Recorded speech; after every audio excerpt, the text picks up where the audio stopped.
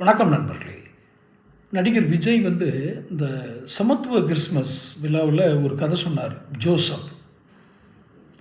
அந்த ஜோசப்ங்கிற ஒரு சகோதரர்களாலே கிணத்தில் தள்ளிவிடப்பட்டு பின்பு அவர் மீட்கப்பட்டு ஒரு ராஜாவாக ஆனார் அப்படின்னு ஒரு 4 லைனில் முடிச்சிட்டார். இது பழைய ஏற்பாட்டில் உள்ள ஒரு சம்பவம் அப்படின்னு கிறிஸ்தவர்கள் சொல்கிறாங்க. சில கிறிஸ்தவர்கள்ட்ட விசாரித்தேன். ஏன்னா இவர் ஒரு நடிகர், இவர் ஆழ்ந்த பைபிள் ஞானம் உள்ளவரா என்று எனக்கு தெரியாது.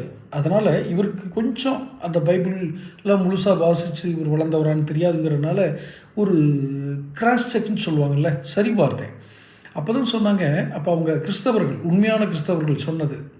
பதிவுக்குள்ளே போகிறதுக்கு முன்னாடி சேனல் சப்ஸ்கிரைப் பண்ணாதவங்க சப்ஸ்கிரைப் பண்ணிக்கோங்க, நோட்டிஃபிகேஷன் பெல் பதிவு பண்ணிக்கோங்க. பழைய ஏற்பாட்டில் தான் இந்த இது வருது. புதிய ஏற்பாடில் இயேசுனுடைய வளர்ப்பு தந்தை, அதாவது இயேசு கன்னி மரியாள் தான் அன்னை. பரிசுத்த ஆவியினால் கர்ப்பமடைந்து இயேசு பிறக்கிறார். அப்போது ஜோசப் யாக்கோபு என்பவர் அவருடைய தந்தை.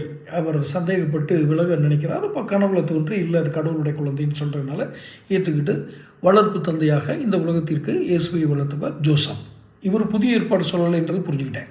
ஏன்னா அவர் சொன்ன கதையில் சகோதரர்களால் கொல்லப்பட்டார், கண்ணில் தள்ளிவிடப்பட்டார் அப்படின்னு. அதுக்கப்புறம் என்ன நடந்துச்சுன்னு அவர் சொல்லலை. ஆனால் உண்மையான கிறிஸ்தவர்கள் சொன்னது, அவர் எப்படி மன்னர் ஆனார்.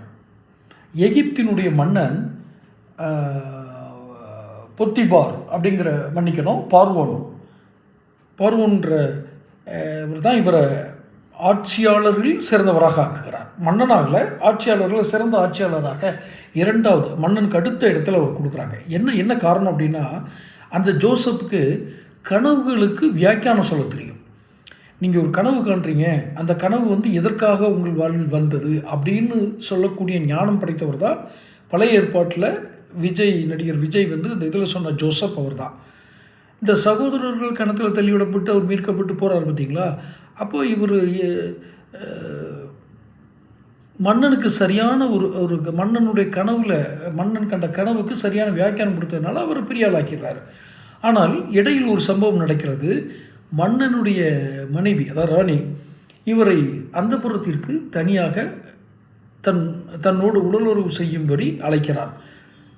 அதை இவர் எப்படி என்ன ஒரு ஆட்சியில் 2வது நிலை கொண்டு வந்தவருக்கு எப்படி நான் துரோகம் செய்ய முடியும்னு மன்னர்கிட்டே போய் சொல்லிடுறாரு. ஒரு மலை மீது ஏறி போய் மன்னன்ட்ட சொல்லிடுறாரு. மன்னன் இவருடைய இதை மெச்சி என்ன பண்ணார், சிறையில் அடைச்சிட்றாரு. ஏன்னா இந்த ரகசியத்தை வெளியே சொல்லிட்டா என்ன ஆகுறதுன்னு.